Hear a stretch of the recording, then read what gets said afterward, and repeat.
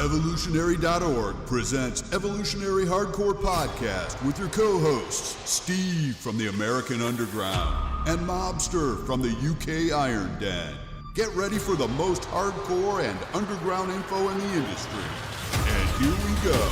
10, 9, 8, 7, 6. Evolutionary Hardcore Podcast coming your way. Episode number 181. Hugh Jackman.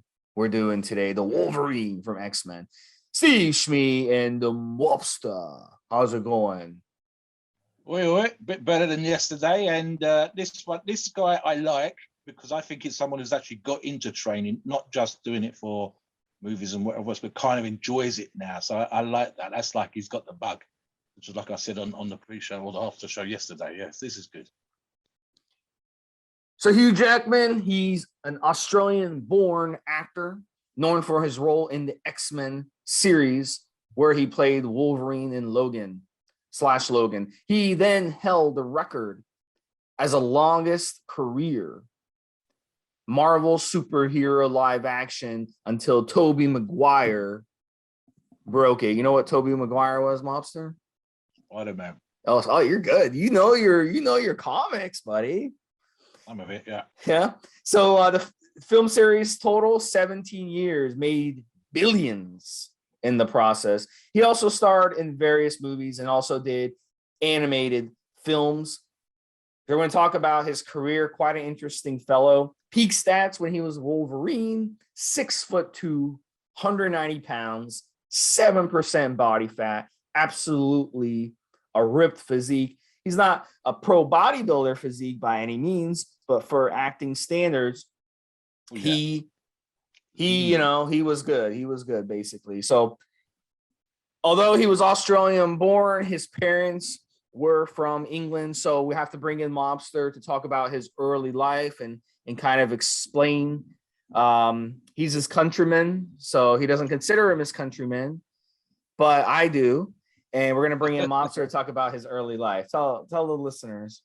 As Steve suggests, I suspect it's more case of convenience. He's being born in Sydney, Australia on October 12th, 1968, but his parents aren't Australian. Father was an English accountant and mother was also from England. However, they moved to Australia in 1967. So naturally, of course, this gives him dual nationality, which I have to say, and I said this to Steve in the pre-show, probably useful for when you're coming to different countries and promoting movies and promoting whatever you're involved in at the time. Naturally, being from Australia, very big on the outdoors. There's so much room in Australia. I think I told Steve on a after show yesterday, there's one ranch that sticks in my mind is 1.2 million acres. I think there's another one that's something crazy like 9 million acres. There's a lot of room to go playing outside of the cities. And I think they've got mountains that are similar to the Alps. So they've got some great beaches. So if you're into your outdoor stuff, Australia's a really, really cool country to do that kind of thing in. Naturally, and I think this probably applies to a lot of actors, is this idea of traveling the world. Career dream being a chef. I suspect probably on cruise ships and whatever else. And it's a funny thing, Steve. I think you have a little bit. It's Venice Beach is a good place for it.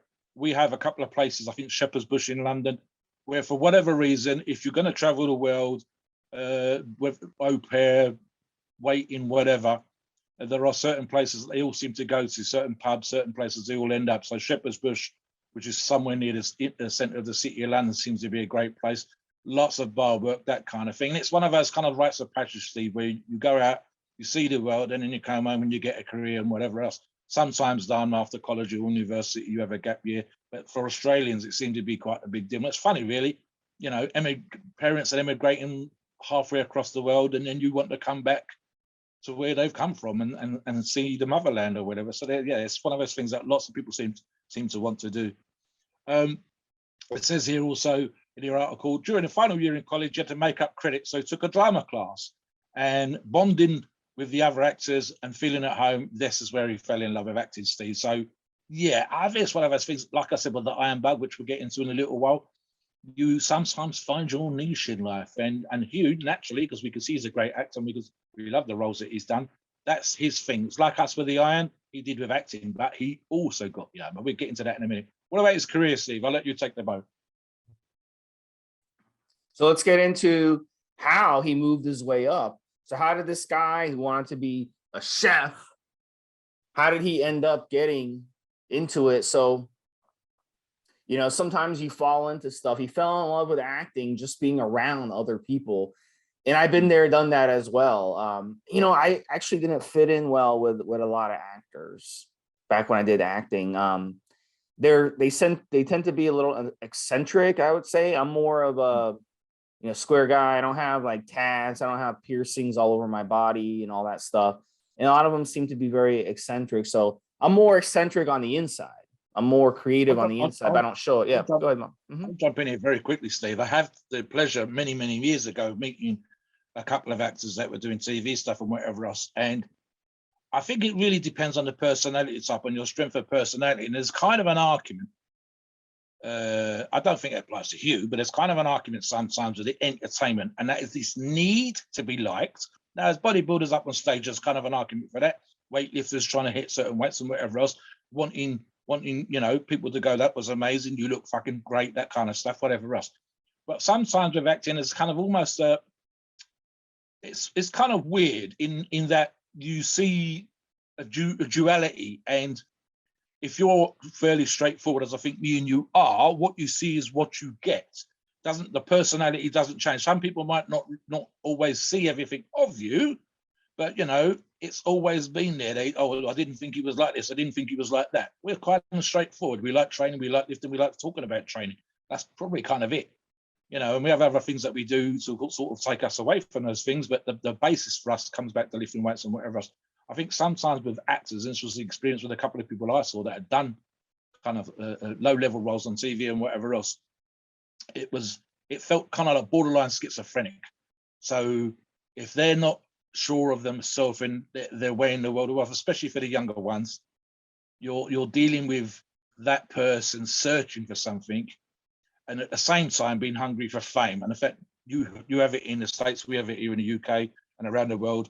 We see this with the reality shows as well, where there's a person that's searching for some easy way to be liked and loved without realizing there's a lot of work that goes into it and whatever else. And in the show that we did yesterday, we talked about that actor's journey and starting literally at the ground floor and working his way up all the way through his career. And Hugh's got an element of that, as you're about to address. So I think that kind of grounds you. It's like a sort of foundation and an apprenticeship into that stuff, and it enables you to take fame not quite so seriously. And I mean, let's be honest, Steve, if you've seen any of his like chat show interviews, this guy's having a great time. He enjoys doing what he's doing. He's loving life. And so there doesn't seem to be like you're getting two different kind of personalities, an actor and something else with Hugh. So maybe that's what we're talking about, especially with the guys that are trying to get into a role, trying to get that thing that's going to make them famous, which is what you would have dealt with at the beginning. Well, what was interesting about Hugh, and this kind of shocked me a little bit. I didn't include it in the original article, but when he was working on the drama show in Australia called Corelli, which I've never heard of. I don't know if you watch it over there. You're not into Australian shows too much. We don't see too many Australian shows. There's a few UK shows that we see in the US, but there's not many Australian shows. We used to watch The Crocodile Hunter. Do you know what that is? With the guy who goes, remember, who goes around and harasses animals and very famous fella, ended up passing away and was incredibly popular just before his death. He's like, all right, mate. You all right, mate? He would grab the alligator and be like, you all right, mate? You all right, mate? Yeah. He played with the animals by the scruff of the neck and sort of holding it up to the camera like this and go, what the fuck? Yeah. That's another Australian stereotype. Americans think all Australians is, and we had Crocodile Dundee. Yeah. So all Americans think that all Australians are like that now because of those characters. They don't understand that Australians are just, normal people. They're not a bunch. So, but anyway, what was interesting about this, he met his future wife, Deborah Lee Furness. In Mobster, she's 12 years older than him. Okay. You like that, right? You're into the MILFs, right? I have You're into done. the GILFs. Are you into the GILFs? One of my relationships back in the day was a 9-year age difference when she was my boss at work. So yeah, I've been there. I've seen that. I've done that. Oh, okay. So you're into the power trip, right? You like the power. You like to be overpowered. I like to wind up the girlfriend I've got now, been with quite a while. And she's only about 6 or 8 months, but I say she's the older woman just for shits and giggles. And of course, I say, well, you're much nearer to 60 than I am and all that kind of bother. Yeah. So, yeah. So I got you and I got Rick on the other podcast who goes after women who are like 20 years old, who can be his daughter. So he's into the daughter fantasy. You're into the mother fantasy. All right. So I want to be able to hold a conversation. Yeah. I'm that old now. I'll mention something I see on TV in my teenage years, and the person, if I was having that conversation, wouldn't have been born when the TV show took place. So I'm getting to that age now that my references, like, do you remember using a dial-up telephone? And they'll go, dial-up what? You know what I mean? No, that's not good, mate. No. Rick's probably spend most of his evening explaining what the fuck he's talking about. So, Rick, enjoy it, but it's not for me, man. Not that way. Nice to look at, but I don't want to have a conversation where it's they were still, I finished school before they were born. No. So I mean that was pretty interesting. That tells you a lot about him. And he does have 2 children with her. They got married in 1996. So let's see here. He was young when he married her. He was like 28. Right? Because he was born in 1968 and they got married in 1996. Yeah. So he was 28 and she was 40. So yeah, so that's interesting. Really, usually these actors, they marry younger. So that's kind of cool. So he then starred as Gaston in Beauty and the Beast and was a hit on the musical stage scene. In the late 90s, his main focus was television and musical theater. So that was pretty interesting. He became well-known outside Australia when he landed the leading role in Oklahoma, which earned him an Olivier Award. So that's a big, prestigious award. So in 2000, he broke through. He starred in X-Men, which was a huge hit, $300 million on a $75 million budget. That's a pretty good investment. The role was supposed to go to another Australian mobster, Russell Crowe. From the Gladiator. Remember Gladiator? Yeah. Yes. He was in A Beautiful Mind. He's been in a few really good movies. Yeah. Great films. But he turned it down and he recommended his buddy Jackman instead. So that turned out really good for Jackman. I don't know if Crowe could have pulled that one off. Steve, I don't know. How cool is that? There's a top actor. There's a lot of rivalry, a lot of competition for this kind of stuff. And you don't, I mean, you're going to know who else is up for it. But to recommend someone else and have this eternity, just not muck around. This is a real career gift for someone like him. And of course, as we said, he's been playing that role a very long time. He's well known for it. And of course, the focus of our podcast today is kind of how he got in shape for those movies. Never mind the fact that he can sing and all that kind of stuff. So you're a great actor, but when one of the top other actors, competition, a rival, but also a buddy recommends you, that's cool as fuck. That's friendship right there, man. Putting you forward for something like that. Yeah, I mean, I'd probably joke if I was Russell Crowe about what the percentage, but I mean, the amount of money that he's probably given to him without realizing over the movies that he's done and the salaries that he's been paid, what a gift. That is very cool. So it's interesting. He went from being in musicals and doing very well, winning an award, to going into X-Men. His wife found it ridiculous. She didn't even want him to take that role. But lucky for him, he went for it. He took the role and it launched his career. So there's been a lot of people are into this superhero comic shit. I'm personally not, but I know a lot of people that are. I've been to the movie.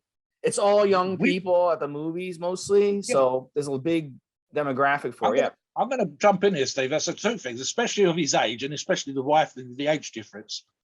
Most women, especially 40-year-old women, when they got married, they don't get the comic thing. They just do not. And although it's with the Marvel, you would not have the Marvel movies, you would not have the DC movies, you wouldn't have any of these live action comic type stuff, cartoony things, whatever else. Some of those movies have been, even the CGI stuff, as big of a movie as any other movie that's ever been done in terms of the income, in terms of the impact, in terms of whatever. like fast cars, there is now a good percentage of women, especially younger women, as you said earlier on, to getting into this stuff. And I think there's even an element now with the comic con type things, these big exhibition type things, when you go along and you can meet the actors and you can meet the artists and you can meet the painters and the drawers and the writers and whatever else. There's a bit of fun for the, again, younger generation, just for a crack, just for enjoy yourself. A lot of people go to this once or twice because there's a bit of fun, like dressing up, and it's fantasy. And people don't take it too seriously. There's always going to be the hardcore niche people, you know, turning up looking like, you know, an alien at every single one, or something out of Star Wars or Star Trek or whatever. But for the most part, especially when he was getting married, especially when his role came along, women of his wife's age, it's like, why are you doing something that's been like of a comic book? We want a serious role. You're a great singer. You're a great actor. You've been on TV. You've done daytime TV. You've done movies, and you want to do a role, something out of a comic, and it doesn't quite figure out. However, as you say, he took it and he's rode that horse all the way, as it's said, and done very well out of it, Steve. Yeah, he's really really a talented guy. Really, if you can do musicals and then switch to doing superheroes, that's talented. So there's different body transformation he's done for different roles, which I find really good. And then he also played other well-known roles in movies. 2006, Prestige.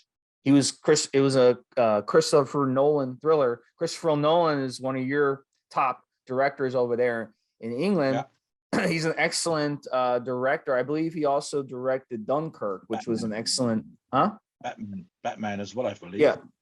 And so he's done a lot. He's like the Steven Spielberg of Britain. So he's really good. So you get in the Christopher Nolan movie, you're good to go. On the flip side, he's played some roles which were forgettable. A lot of these big name actors, I mean, we can go through the list. I mean, they end up playing roles they regret. He played Woody Allen's 2006 movie called Scoop, and he played Blackbeard in Pan, which was hammered pretty hard. I'm sure you're a big fan of Peter Pan, no? Over there in England, Never seen. Maybe when I was a child. And is that an American thing? It's weird. I mean, it's like a weird, the whole TikToking crocodile in the pirate with the hook and all the rest of that kind of stuff. You're not into that stuff over there? Only, I think it was one of those things where my mum got tickets and kids could go to some matinee or something when I was a kid. It was not something I was into. I understand as an adult the whole fantasy side of it. But yeah, I mean, what you're talking about here, I think maybe it was just the money. And you think it's going to be a much bigger or a better movie than it is. And that's, I mean, honestly, even Robert De Niro and Al Pacino have done crap movies. I mean, Robert De Niro especially done some really shit and comedy. So you go, right, okay, this is, I think of it like as lessons again. You're making better choices, learning, and then as you said, challenging yourself sometimes. So not every role is going to be big. Not every role is going to get you an Oscar. Not every role is going to give you $30-40 million or whatever else. So what the hell? I mean, so yeah, I mean, I have not seen either of these movies. So that says it all, man. Honestly, I watch shitload of movies. I probably watch 3-4 movies a week, one way or another. Online especially, and I haven't seen either of these. They didn't sort of grab me. I think we said this on the podcast yesterday. There's some stuff there, and you go, this should have been made for TV. It should not have had a budget. Sharknado, that kind of stuff. It's become almost comically stupid. And a tornado with sharks inside. I mean, come on, it's that kind of stuff. And yet people are almost doing this stuff now for the giggles. They only give me 50,000. It was fun. And you go, why? Why did you do this? You mentioned it yesterday, Steve, with the Rotten Tomatoes. I bet both of these got shit fucking reviews. They really did. Why? The next one, which I'll address, I have watched, which is Les Miserables, with Anne Bancroft literally crying on screen, and so her own hair being cut off for one of the scenes. And this is a great movie for one of the big, if you've got a big screen projector like I have, or you go and see it in the cinema, it's. I don't know necessarily that I enjoy the story so much as I enjoyed the show. The singing's great, the visuals are amazing, especially on a big screen. The story's been done and again, but then when you see like Anne Bancroft and Hugh Jackman up there, and again, especially, it's kind of like in your mind. I didn't know that he could sing before I do now, but when I'm like, I see this guy in an action movie, and here he is singing, and quite a good. Not pop star, going to record a hit, good, but good for what you consider in your own mind the fixation of him being in these other kind of movies. And so it is a great one to watch, even with the girlfriend, the wife, whatever else. They'll get into it, and you can sit there and go, wow, Hugh did really well. Maybe not necessarily the greatest story you've ever seen or something as a fella, but a great visual feast. And put it on, put it on the big screen and pump those speakers up, especially for the songs and whatever else. And again, maybe it's one of those things you enjoy as you get older. So something I appreciated a few years ago, but maybe I wouldn't have appreciated in my 20s. Anyway, what do you reckon, Steve? Well, what was interesting is he got a Golden Globe for it. So that was one of his recognitions for it. And then in 2019 was interesting. He got his first world tour to perform songs called The Greatest Showman. And for that one, he earned a Grammy Award. Grammy Award is one of the most prestigious awards you can get in music. Yeah.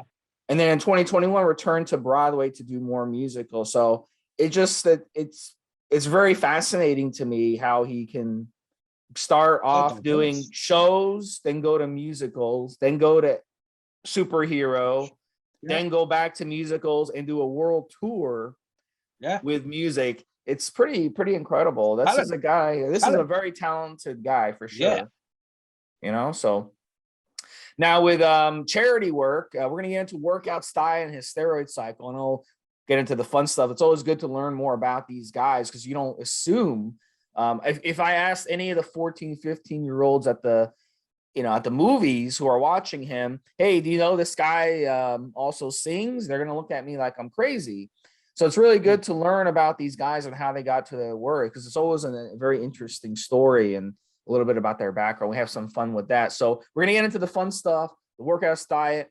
Mobster's going to get into workouts. But first we have to discuss his charity. These guys make a lot of money. His world tour singing, you could make a lot of money doing that. I mean, just selling the tickets and selling the DVDs and all this stuff and having it on social media and getting the views and the advertisements and stuff. So we know the guy makes good cash, very good humanitarian, worked on causes from the global warming to helping entrepreneurs, which is a big deal in Australia, by the way. Australia is getting absolutely crushed when it comes to weather. Way more than either US or Britain. And then he also helps, this is the one I really like. He helps entrepreneurs, Mobster, get on their feet in poor nations to help even the playing field. Because a lot of entrepreneurs in these other countries, they just don't have the opportunities. Their country, very poor. They don't have the money. Their countries are at war and all this stuff, but they have really good ideas that can really make good money and help other people, but they don't have the access to it. So he helps them with that. So that's really, really cool. And he has a coffee company that donates its earnings to education and development worldwide. Education is the key in anything. If you don't Mobster and I talk pre-show, post-show. Mobster is a wealth of information. So Mobster is always picking up information. I'm always picking up information. And it's very important, guys, every single day, guys and gals, every single day to educate yourself, whether it's going to college, going to university, finishing your degree, whether it's gaining knowledge, reading books. Mobster reads a lot of books. He has a whole book rack behind him. Library, a lot of people don't, watching documentaries, all this stuff. So this is stuff that he helps with, spreading knowledge. And that's how you improve yourself and improve your life throughout the world. And there's a post on Twitter where he offers $100,000 to a nonprofit charity for people. And so he does a lot of good stuff in the world. So Mobster, chime in on that a little bit and then talk about his workouts. Guys. Everyone wants to know his workout. My tip of the day, one of Mobster's words of wisdom. Some of my knowledge comes from just age and experience. And we talk about this in the disclaimer that Steve and I have both been around the scene Iron Game for a long time. And our love and our passion for the Iron Game and our knowledge and our experience is what enables us to do this podcast, be asked to do the podcast by Evolutionary, the bosses, and so on and so forth, right? And then, of course, we've both been in training. I've been collecting magazines probably, I'm going to say since 15, but I think the majority of my collection is from 1980. So 42 years just collecting the magazines and the books I've got, and I've got thousands. So he's also correct. So the tip of the day is this, guys, read a book. And I mean, literally a paper book with a card cover or a hard cover. And scientific evidence goes thus.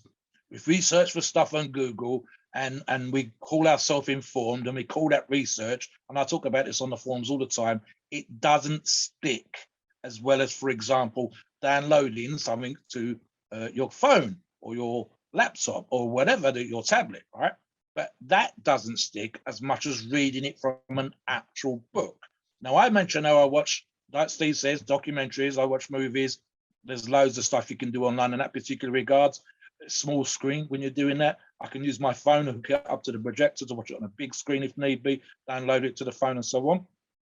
But what I also try to do is before I go to sleep, I've got I need to sort some of them out. Steve, I've got a small stack of books by my bed. It's like, how many fucking books am I reading? And at least one of those for about half an hour, 45 minutes every night. If I'm not doing stuff through the day, I'll read bodybuilding magazines when they come for the subscriptions I got during the daytime. And again, it is different from YouTube. It is different from the Instagram stuff. And for us to talk about steroids, for us to talk about nutrition, for us to talk about training, comes from a combination of reading actual books and magazines, putting into practice these things that we talk about ourselves, what we did, the experiments we've done, working with clients, working with people that ask us questions, the knowledge that we build up just answering questions on the forum. Sometimes I have to go away, look, and come back and whatever else. And the repeating that stuff. Like I said, Google, and I Google, Steve Googles, we all Google, but it doesn't stick. So the tip of the day is to actually read. Scientific evidence, guys, backs up the difference between Google versus something you've downloaded versus something in your hand.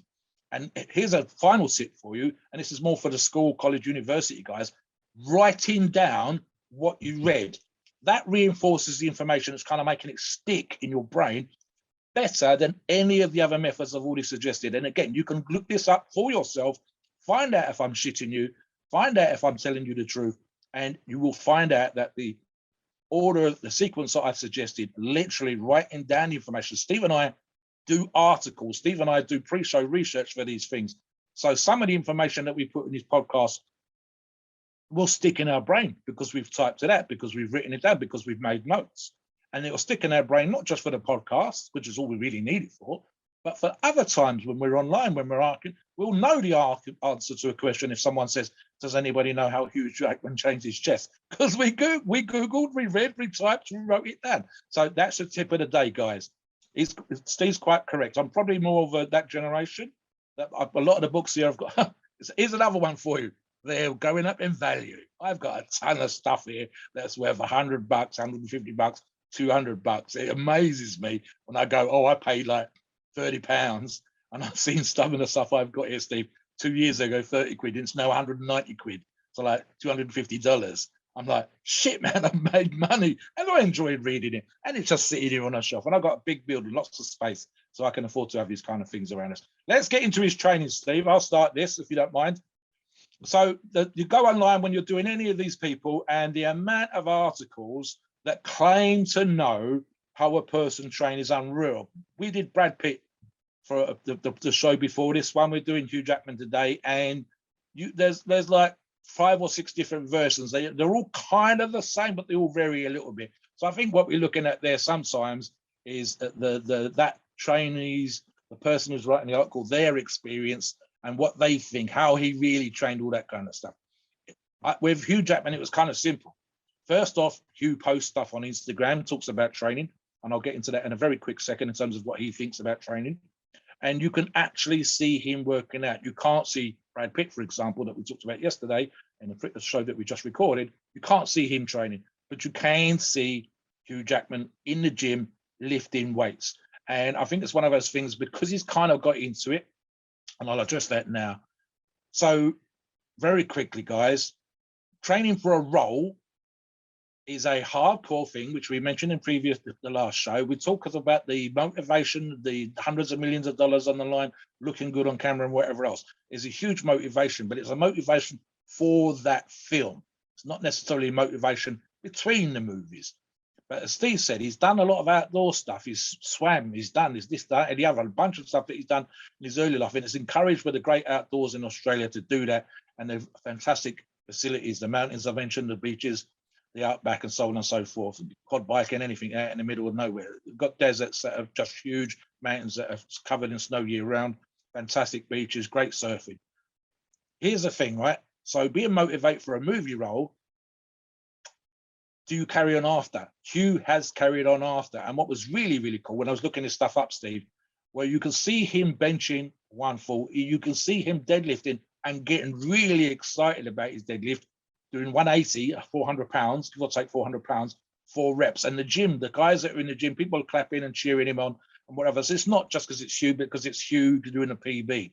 And one of the things that he said, which I really, really liked, was, I've got into this because of the movie roles, but I think I'm going to stay with this the rest of my life. I like training. I like lifting. He was a kind of skinny guy and he's added muscle. And he knows, because we've seen it, that he can do this. As an example, chest and tricep. And this is one of those ones where everybody kind of agreed. Typically 60 to 90 minutes, which is a great length of time for training, Steve, as you know. All workouts, but including his chest. Bench press, I believe, as I say, I think his 1 rep max ended up being 140. I know that he's totaled over the 3 lifts, that's bench, squat, and deadlift, guys, 1,000 pounds. And that was something else that he personally mentioned on Instagram. So he's very proud of himself. All sets, typically 3 sets I've got written down here, Steve, starting with 8, 6, and going down to 4. That's kind of my style of training generally. I'm doing a bit more volume in a minute, but right now, typically much lower kind of volume. And I think it's one of those things where, Steve, especially if we're talking about PEDs and in the other training that he was doing, for the bench press especially, it was kind of a power move. But these kind of sets and reps were the same for everything he was doing. So, for example, bench press followed by incline dumbbell fly, followed by close grip bench press, which was still going to hit the chest a minute, but is now focusing on the tricep, followed by tricep dips and press ups. So that's what, Steve, 5 exercises, 3 sets, 2 minutes rest between sets, 60 to 90 minutes. And I said, I got our best 1 rep max I found online of 315. So that would be 45-pound plates, not 20-kilo plates. And I think they use 20-kilo states.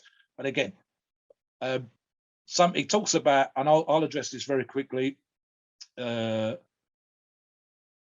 months was the typical time that it would take him to prep. That's actually shorter than we talked about in yesterday's podcast for Brad Pitt. Brad Pitt did 6 months, for example, for his role in Troy. Taking 3 months to get ready for what he called a shirt off scenes. And typically, even though we don't always necessarily see it that way, and I'm thinking of the Wolverine movies here, Steve, there's not that much time on screen where you've got your shirt off. You know, there's plenty of time his shirt's ripped and he's got the claws out and he's having massive fights. But most of the time, there's some kind of clothing covered. But there's a particular scene I remember in the movie, which was set in Japan, where he looked hench as fuck and ripped as fuck. And he said it was 3 months getting ready for that scene. One more thing he did, Steve, and I'll address this very quickly before I pass it back to you. Well, 2 things, funny enough. One is, from each Wolverine movie, he's become more dry, more gnarly looking, and more muscular, up until the very last one, when he plays an older Wolverine. All the previous movies, he went from kind of muscular to more muscular to what the fuck is that briefly on screen. And the other trick that he talked about, and he did this in the chat show, he says what's called the dehydration trick. And we don't recommend this. It's something, the sort of thing that bodybuilders, especially competing bodybuilders, might do. But for most of you guys, don't do it. It might be something, if you're already in good condition, if you're a model, for example, you might do. And again, this is Hugh Jackman doing this for a massive movie role. And he talks about, essentially, Steve, 3 days with lots of water. And he's talking about 8 liters. I think he was talking about the equivalent perhaps of 2 gallons. So like 16 pints of water a day. And essentially, as you know, Steve, that's going to dehydrate you. People think it won't, but it will. You'll spend most of the day going for a pee.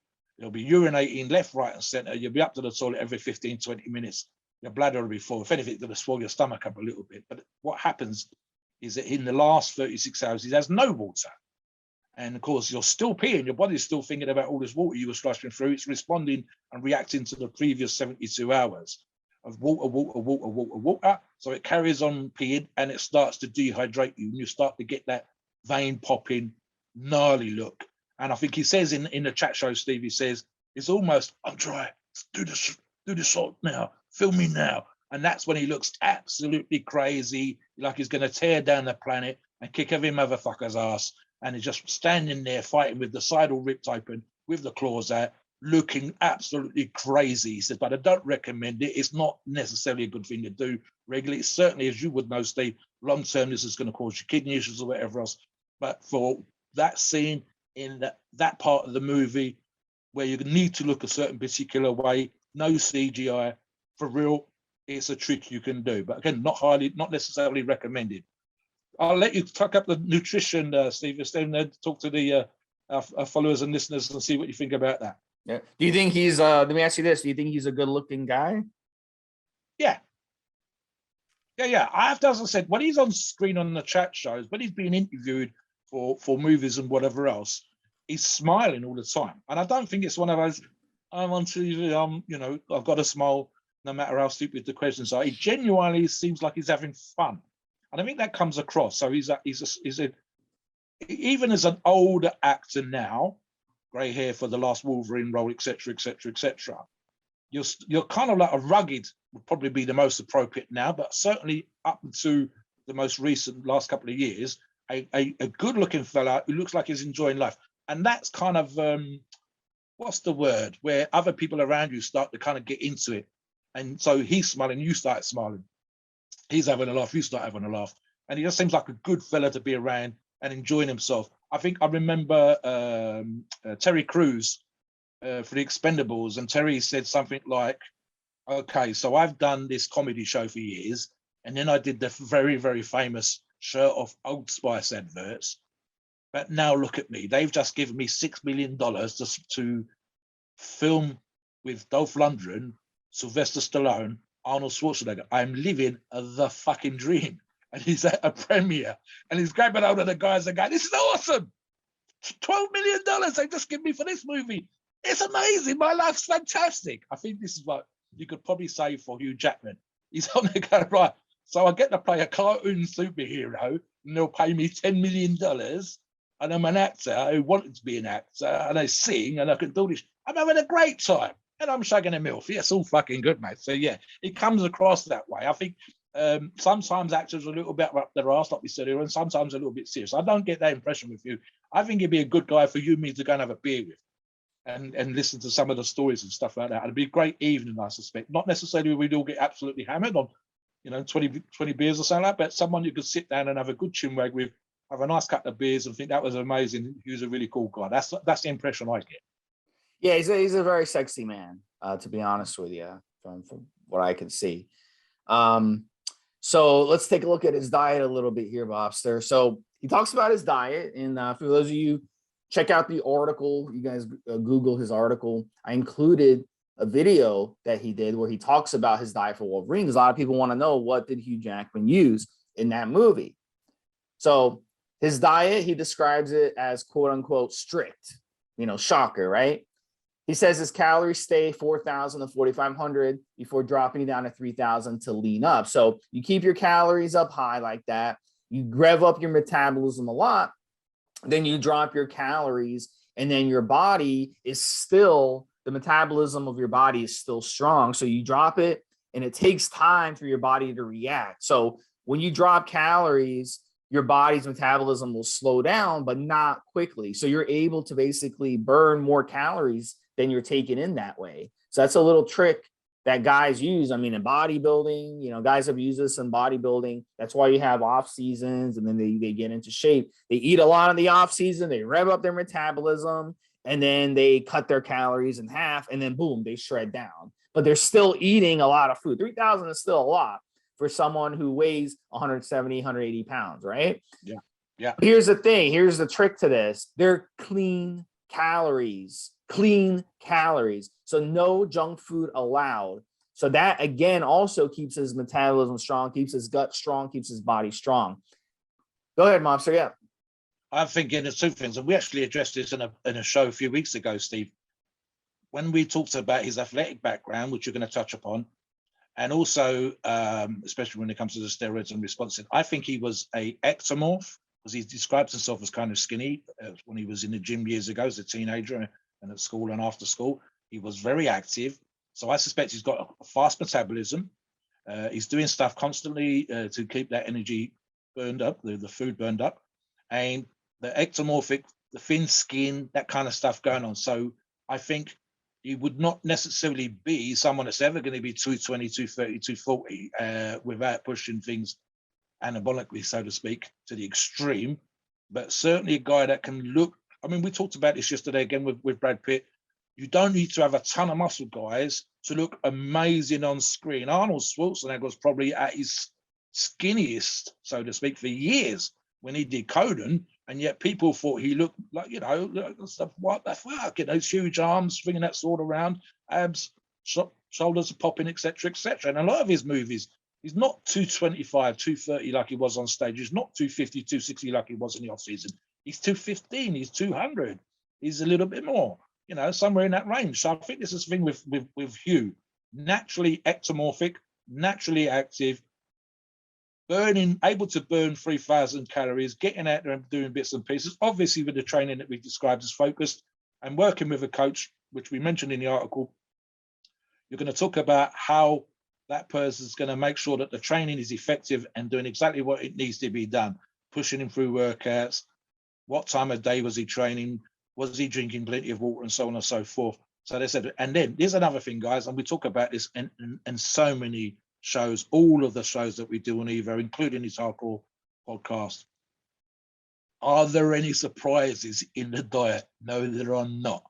It's sexy to put on the front page of a fitness magazine, the secret diet of this person and all that kind of stuff. And it sells copies of the magazine. But what are we looking at here, Steve? Chicken, fish, steak, steamed veg, brown rice, a little bit of alcohol, so zero alcohol when he's doing movies, zero sugar, and consuming good fats from eggs and avocado. That's the kind of diet you would recommend. It's the kind of diet that I would recommend. It's a great diet. But is it a secret diet? Is there anything in there that's like rocket science? No.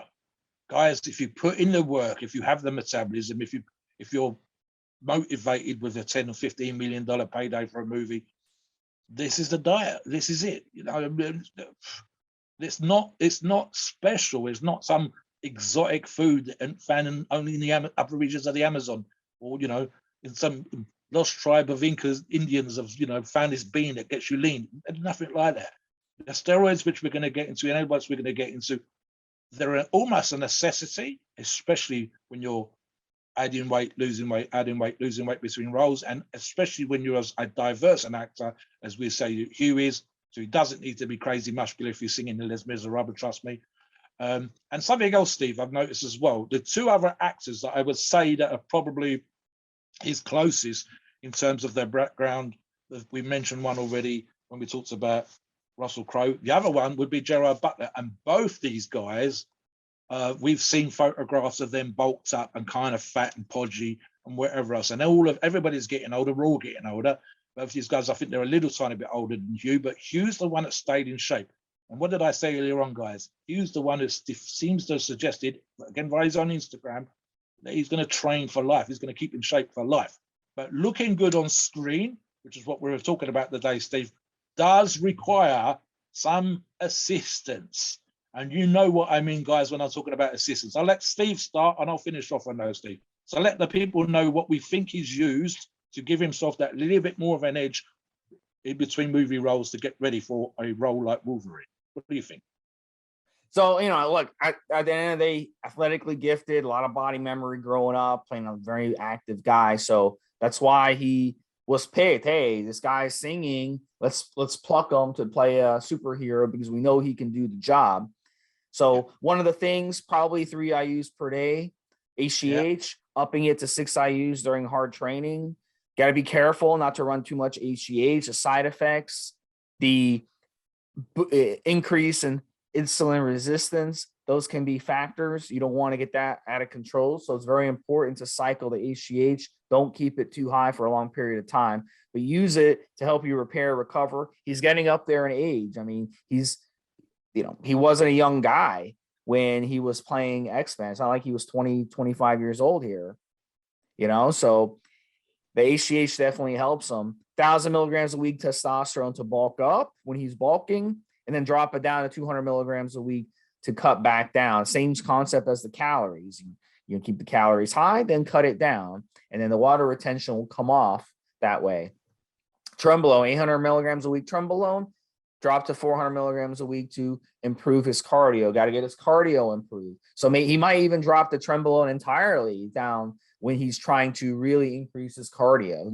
The trenbolone, what trenbolone does in the body is it increases PGF2A in the body, and that is a prostaglandin that causes a lot of inflammation. So if you think about it, when you get a lot of inflammation in your body, your airways get constricted.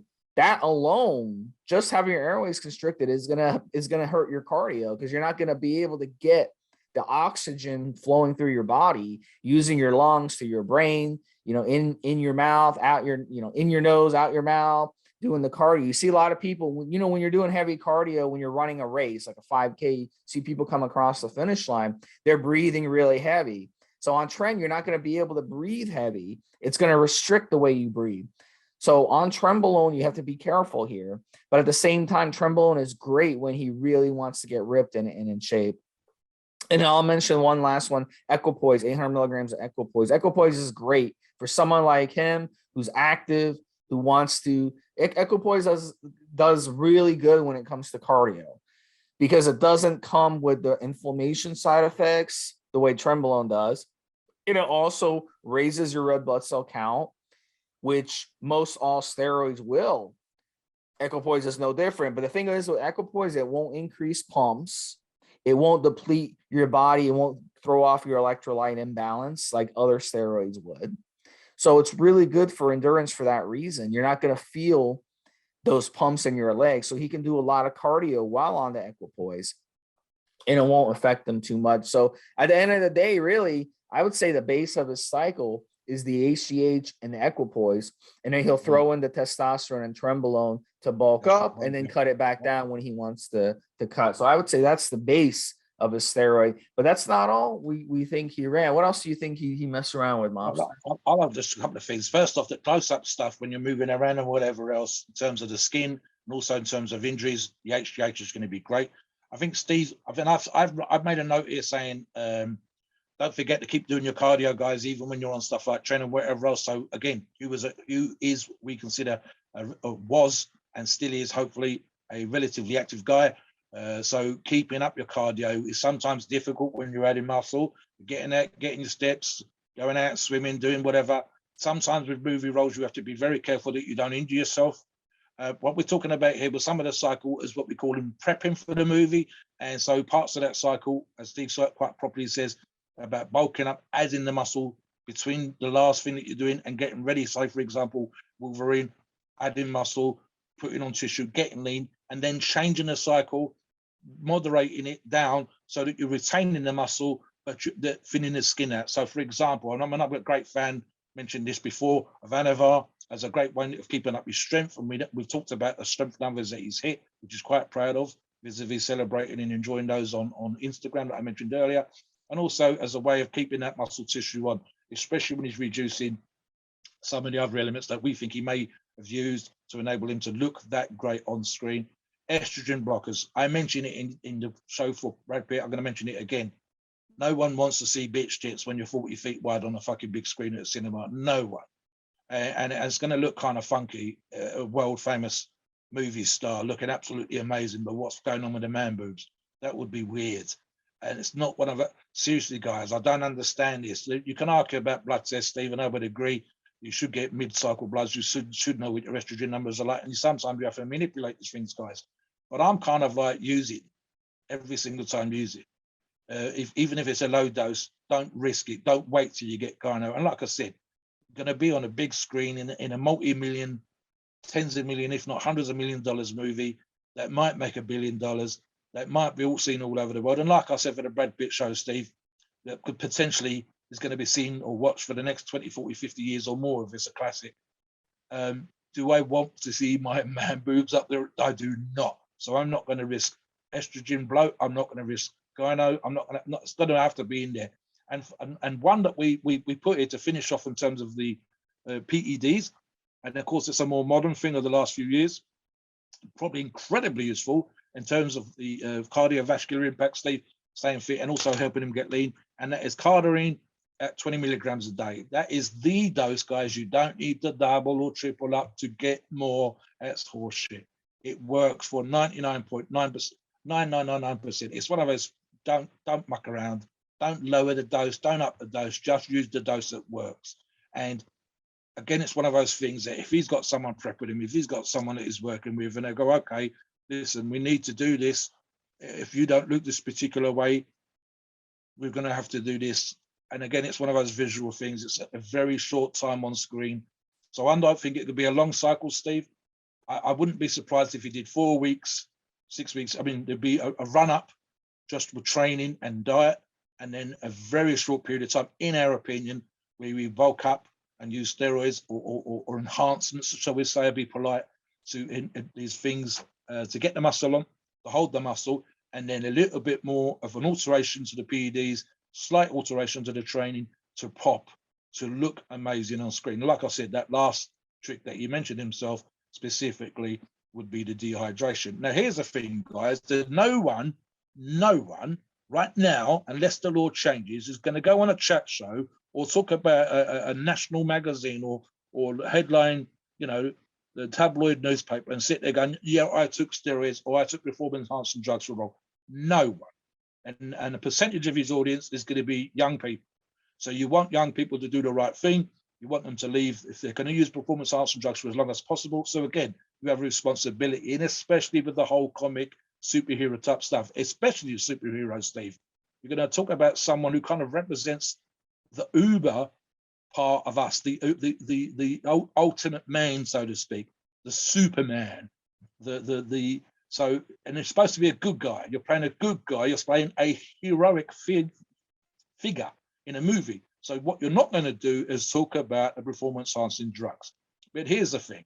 I don't think it's any stretch for us, and it's, of course, our opinion, to say that movie stars use what's available, hopefully with good advice, proper guidance, for short periods of time, for a big $300 million, $1,000 million takings, ticket sales, views, whatever you want to call it, movie.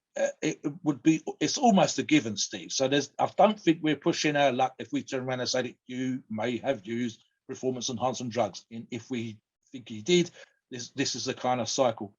You could argue maybe about the time that he was on and how much he used. You could talk about the amounts, but I don't think we're too far off the market in terms of, take this, Hugh, go and see a doctor, ask for this. I mean, the growth hormone can get prescribed. And again, you mentioned earlier on, is going to be an older guy. The only issues in Australia really is the importation through customs. They do not like that at all. They have the same sort of doctors as we do in the States, the same sort of doctors we do here in the UK. And he's got the money. So he can go off and get these things done properly, get it all checked out, get himself checked out. And in fact, there's another thing here, Stephen, this applies to the big movies and the big movie stars we're talking about. They will have medical checks. They will have medical checks for the movie to cover themselves for insurance, because you don't want your actor that you're paying $15 or $20 million to turn up with gyno, with blood pressure issues, breathless, falling over and hurting himself and tearing a muscle, pulling a pec or whatever else. To the best of my knowledge, all the big action heroes that we can think of the last 20 or 30 years, I don't recall any of them getting like a muscle tear or pec tear or quad tear or whatever else. So again, these guys would have their own doctors that they're working with, all done nice and private, and the studio, whoever it is that's promoting or producing the film, will almost certainly, for insurance purposes, never mind if anything else, have these people checked out to make sure that they're fit and well and they can do the movie. Like I said, we don't want no one having a heart attack or having issues with blood pressure when we're in a 16-week production run for a movie that's costing me $300 million. Would you, Steve? So no. So he would get in this done with medical supervision. He'll be getting regular bloods, and he'll be getting checked out by the studio, whoever is producing the movie, to make sure he's good to go. So it's a bit different for most of us, Steve. We don't have that kind of money. We can't have that kind of frequency of medical supervision and so on and so forth. You could do stuff with TRT clinics and the life extension clinics. And again, some of this stuff, in my opinion, would have been prescribed, even if it's for short periods of time, and just work with good doctors. Say, listen, I'm only going to do this for 12 weeks. I'm only going to do this for 6 weeks. Doc, can you help me out? Pay your bill and thank you very much. And can you make sure that my bloods are good, make sure my lipids are good, and I want to keep, working with a great coach to make sure that your fitness is on point, because you're going to be running around in that fucking superhero outfit on screen. And like I said yesterday, Steve, when we did the Brad Pitt show, some of this stuff is 12 or 16 hours a day. That is hard work. You might be sitting down in between scenes, but when you are on camera, there's going to be scenes when you're running around in essentially, for one or two of the movies, in what was a leather suit that's very close fitting, so hot and sweaty. And it's a long day. I don't care how much you're getting paid. It's a long ass day. And you got to look good. I mean, they'll be doing stuff like press ups between things and bench dips between stuff just to make the arms look a little bit pumped and whatever else. That is, again, visual stuff, little tricks that these guys do. So the idea that they're using performance enhancing drugs is no stretch whatsoever, Steve. I would say, like I said, it's almost a given. You've got to look good, to look amazing. We want our superheroes now to look super. I'm old enough, Steve, for the original Superman stuff. Just about old enough to remember that stuff on screen. It looked like a kid wearing pajamas with a belly versus what we got now. We want our superheroes to look like superheroes and not with CG or cartoons or a painted suit, but for real. And if you've got your shirt off, there's nowhere to go, Steve. There's no suit, there's no cosmetic, whatever else. I've seen one thing that's come out of China that was doing the rounds on Instagram a little while ago, but you can still see it's a rubber suit. It looks good, but it's still a rubber suit. What you see with Hugh on screen is what you get. That maybe the lighting, a little bit of makeup, but otherwise it's him. And it's a big movie, lots of money and lots of pressure, and you need to look good. So there's lots of work, focus on the diet. I'm sure his coach is cracking a whip on the cardio. And then when we talk about his performance enhancing drugs, Steve, I don't think we're too far off the mark. It's just not something that he would feel probably comfortable sitting down and talking about publicly in any way that could end up in the media or whatever. So because it comes with responsibilities, even if you were drugged up to the eyeballs, you're not going to want to talk about it, because there are people watching you that can be influenced by what you do, but they're not getting paid $30 million. They're not in a $300 million movie, and they don't realize that you're only doing it for a few months just to get into shape and stuff. What do you think, Steve? Look, at the end of the day, you got to look good. You got to Business. make sure you're clean. You got to make sure you're fresh. Just like selling fish. It's a business. Business. Yeah. So Yeah, at the end of the day, I mean, listen, at the end of the day, I want like anyone who's in their 20s, younger guys listening to this, younger guys and gals, look at this guy. Look at this guy. Look at what he's accomplished and look at the physique he has. It's a good, clean physique. And look at how old he is. I mean, he's in his 40s and he looks fantastic. So your life doesn't end at 25. And you can use steroids. I'm sure he's been using steroids for years. He's always been active. Sure, he's used steroids, but he's used them smart. So when he needs to blast the steroids, like in this cycle, he blasts the shit out of steroids. But when he doesn't, he doesn't. He gives his body a break. So he runs them smart. It's not a marathon. It's a marathon. It's not a sprint. I was going to say the opposite. Yeah. But he wants a career. He wants to look good on screen. And this is the thing, right? So you've got years ahead of you. You've got years, and he's still doing musicals. His dream was to travel the world, and look, he got to travel the world doing what he loves, which is singing and getting paid good money and helping others and changing people's lives. I don't know anybody who doesn't like Hugh Jackman. I'm personally not a fan of superhero movies or musicals. I avoid those movies. I like, other types of movies. I like other genres, but a lot of people like this shit. A lot of these superhero movies, they make a lot of money. It's a movie you can take your family to. You see what I'm saying? And you can enjoy it and your kids can enjoy it. So that's why these movies make a lot of money. They're usually PG rated, maybe PG-13 at worst. So a lot of teenagers go and see it.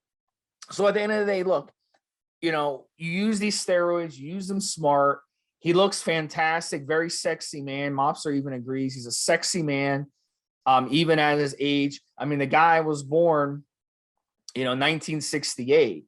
I mean, so he's I mean, gosh, I mean, he's 52, 53, yeah, because I'm 54, and I was born in yeah. 64. He's about your age, Mobster, and Yeah, he's sexy. 4 years. You know, 56. you're a sexy man too. But I have to say, My he was better looking than you. I'm sorry, I don't mean to hurt your feelings on this one, Ah, but he was better looking than you by, I would say, a little bit, by a little bit. you need glasses, man. So look, I mean, gosh, 52 I'm years gonna switch old. the camera off. 52 years something old, and he's still sexy, man. Yeah, And he's got a great body, fantastic body, fuckable body, and everything. So guys, use the steroids, but use them smart. You don't want to die at 46, 48, and you don't want to look like shit. Like some of these bodybuilders, they're fucking 45 and they look like they're fucking 70. They look like shit. They've got fucking rolls. They look like a what's that dog with the rolly face? Oh, Sharpay, is it? Yeah, they look like Sharpays. Yeah. Yeah, Years of steroid abuse, years of partying, crack cocaine, all this stuff, heroin, all this stuff, partying and shit, and not fucking sleeping good and just fucking not taking care of their body. And they look like Sharpays and they're in their 40s. You want to look good. You want to look like Hugh Jackman at 52. You get tons of women. And the women will flock to you, right? And your wife, if you're married, your wife will love you, you know? You get work. So, this is the thing. And I mentioned 2 actors earlier on that have let themselves get out of shape, that are very close competition rivals and friends. In when I said Gerard Butler and Russell Crowe. Now, here's the thing. The magazine features, you can find his photographs online quite easily. And it's like Russell Crowe with his belly hanging out. And we're all looking at him in the Gladiator movie and going, he was amazing. He looked muscular. He was fighting in the arena. It was all and then you see this photograph. I mean, it's a long time, 10, 15, 20 years later, belly kind of hanging out, looking like a middle-aged fellow who's let himself go, drunk too many beers and so on. Here's the thing, guys. When I mentioned earlier, when it's a business, it's also, I don't care. When it comes to being on screen, it doesn't matter what sex you are, male, female, or misidentified sex, whatever you could choose to call yourself, whatever. You need to look good, and especially for these kind of roles, and to keep getting these kind of roles, and to be able to travel the world. If you are overweight and out of condition, I wouldn't want to be going around the country doing different singing things or whatever else. I'd want to be in shape just for that. If you're going to be doing 16-week, 12-week filming stuff, you need to be in shape. If you want to keep getting these kind of roles, if you want to keep, I mean, Steve mentioned earlier on the fact that he's putting money into things charity-wise. So for me to be able to earn the money, to be able to give that money away, to do the charitable stuff that I'm doing, I need to look and feel and act a certain way. Now, you can have $300 million in the bank and you earn a certain amount of interest and you develop interest. That's what a good wealthy person does, some 5%, 3%, whatever their income given away to charity. But if it comes from the entertainment industry, it's not given that you're going to have a career forever and ever. Amen. It doesn't work like that. You can be hot one day and cold the next. Popular, everybody wants to know you, everybody wants your children, everybody wants you to go to bed with you, male or female, and the next day your looks are gone. The next day, oh, they were great in this movie, but they kind of slipped, whatever else. Hugh seems to have had the kind of career that's built up and built up and built up, and is still popular, is still good looking, still fit. And as we said earlier on, I'm suggesting, based on the stuff that is on his Instagram, still training and enjoying training. And because of that, and because of how he's looked on screen, and because of the kind of personality and likable, good-looking guy that he is, he keeps getting work like that we're talking about. He keeps getting his roles. He's got, Steve, maybe in my opinion, I mean, everybody ages at a different speed, but my gut feeling is, especially if he changes a little bit in terms of his acting approach, he's got another 10, 15 years as a top 10, top 20 actor, and will stay there for that length of time. And maybe with experience and maybe with age, different kinds of roles will come. We've seen this in the 40s and 50s movies. You start off as a young starlet and you're doing kind of almost bit part stuff in kind of throwaway movies, but you get better as an actor or actress. You get more conditioned as Hugh has done. You're able to bring that to the screen every single time. The studios like that, the producers like that. And my gut feeling is, especially because he's so diversely with singing in one hand and action movies, superhero movies on the other, and everything else in between, TV roles a lot, building up to the point where this guy's got another 10 or 15 years. And He'll stay in shape because he trains. He'll do what we've talked about already. And again, this is the sort of stuff that Steve and I were talking about before. This is for a role. He's not doing this kind of cycle for Les Mis. He's not doing this kind of cycle for soap opera. He's not doing this stuff for TV, whatever else. And you see him on screen looking absolutely crazy, and then you'll see him doing a chat show with a shirt on, a jacket and a tie on, and you know he's dropped 20 pounds, he's dropped 30 pounds. It's not. That's a great way. Sometimes adding the muscle on could be a bit stressful, but equally taking it off and not having to carry the extra stress and muscle, whatever else, and not needing it. So it's one of those things, Steve. Like me and you, if we were training for a competition, I couldn't do 4 competitions a year. I've done it, and I found it incredibly tiring, and I was not quite as good as I should have been. Because if I did 1 or 2 competitions a year, I was tip top, especially during my peak time of lifting. One was best for me.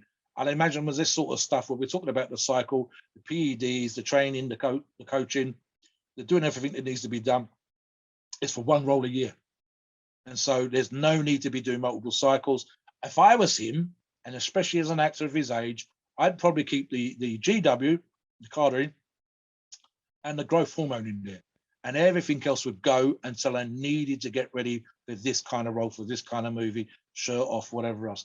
And again, these numbers will change as he gets older for different movie roles, etc. I think we're going to see him for another 10 or 15 years. When I say, what do you think about the GW and the HGH staying in probably year round, just to keep him ticking over, keep his fitness going, and help with age-related stuff as far as the human growth hormone is concerned? Do you think the same? Yeah, I think he would probably drop the human growth hormone down to like 2 IUs, 2.5 IUs max, and then and then the GW you could run it. It's a drug. I mean, it still strains the liver. It's not a hormone, so I would with the GW, I'd run it for maybe 3 months, 4 months, and then you're gonna have to cycle it off for a couple months just to give your liver a little break, and then you could go back on it. So I think he probably wants to stay on. It makes sense for him to try to use your on. Yeah, but I think for sure, on screen and so on. For sure, HGH and TRT, at his age, for sure, HGH, but doing it the smart way. If he's not doing TRT now, very, very soon, but actually, now that you've mentioned it, I don't want to say a very low dose, something like a test sip, TRT, again, vitality, energy, being driven, being focused. We know, for example, with the really low T guys, when they get on a low dose of testosterone, TRT level, their attitude, that sort of makes you go from being a salesman to one of the best salesmen. If you're an actor, you're more likely to push hard for a role. You're more likely to be more aggressive on screen. And I mean that in a positive way, not in a horrible way. His reputation's great. He's not someone who's out drinking and fighting and fucking everything. So we're not talking about that kind of personality. But what we're talking about here is A-type personality. And I can see, again, age, as Steve says, 2.5 IUs a day. I would say probably the GW a little bit longer than Steve's suggesting, because it's not anabolic, it's not steroidal. It does have an effect, but then so over the kind of prescription medication. And as Steve suggests, TRT. I didn't think about it, Steve, but I believe you're correct. So here's the thing, guys. What can you learn? First off, this guy is popular because he's likable. And he's likable because he can sing, he can act, he's a good-looking fella. He trains. We like him just because he trains.